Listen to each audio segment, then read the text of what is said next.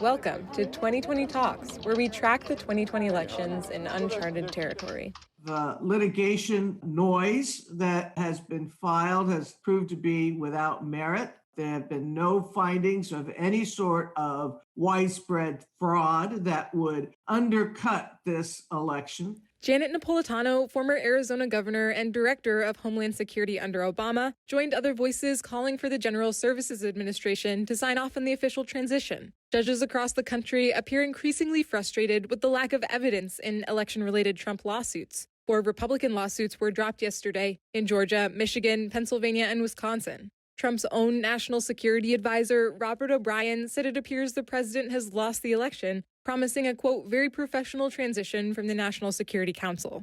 During the George W. Bush administration, Michael Chertoff served as Secretary of Homeland Security. The bottom line is our adversaries look at a transition period as a moment of potential weakness, which they will exploit if possible. Chertoff says the outgoing administration needs to coordinate with the incoming one to prevent intelligence from falling through the cracks. We paid something of a price on September 11th for delays in getting the transition started because of the Bush-Gore litigation, which made it harder to get people in place in time to respond as effectively and as quickly as we might have liked to. Trump has until tomorrow to request a recount in Wisconsin at a cost of almost $8 million.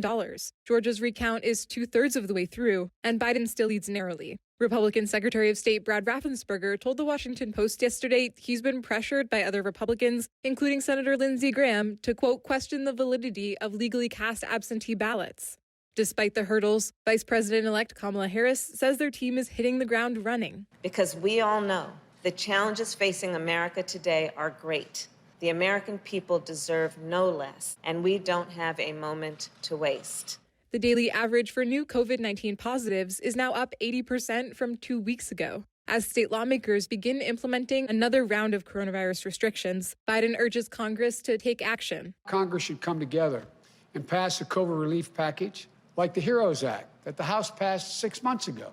Once we shut down the virus and deliver economic relief to workers and businesses, then we can start to build back better than before. Biden says the Trump administration's cooperation is crucial. More people may die if we don't coordinate. Yesterday, former First Lady Michelle Obama took to Instagram to criticize the Trump administration for hindering Biden's transition. She wrote that it was difficult for her to offer support to First Lady Melania Trump after what Donald Trump said about her husband during the campaign, but she did, quote, for the sake of our country, I had to find the strength and maturity to put my anger aside. From Pacifica Network and Public News Service and produced for television by Free Speech TV, I'm Lily Bolke. Thanks for listening.